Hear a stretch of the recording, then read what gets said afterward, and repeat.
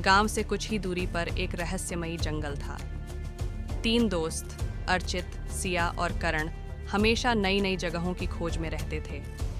एक दिन उन्हें एक पुराना नक्शा मिला जो जंगल के भीतर एक गुप्त खजाने का संकेत देता था। लेकिन नक्शा यह भी चेतावनी देता था कि रास्ते में कई चुनौतियां होंगी। एक दिन अर्चित, सिया और करण ने जंगल की ओर प्रस्थान किया।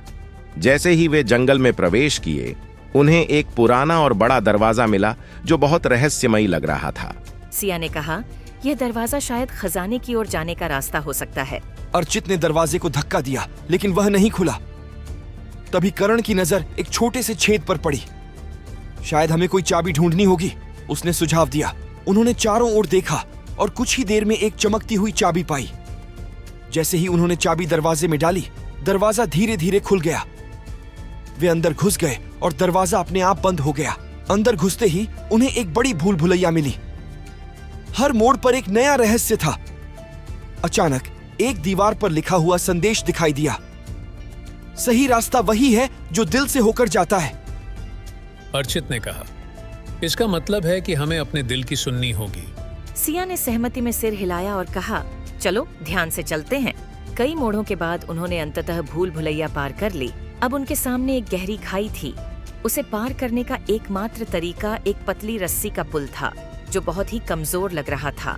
करण ने कहा, हमें सावधानी से और एक एक करके पार करना होगा। अर्चित ने सबसे पहले पुल पार किया, फिर सिया और आखिर में करण। सभी सुरक्षित रूप से खाई पार कर गए। आखिरकार वे एक गुफा में पहुंचे जहां एक और दरवाजा था।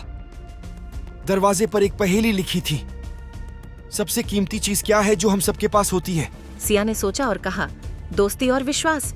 जैसे ही उसने यह कहा, दरवाजा खुल गया और वे खजाने के कमरे में पहुंच गए। वहां चमकती हुई सोने की मूर्तियां, हीरे और अन्य रत्न थे। लेकिन खजाने से ज्यादा कीमती था उनका अनुभव।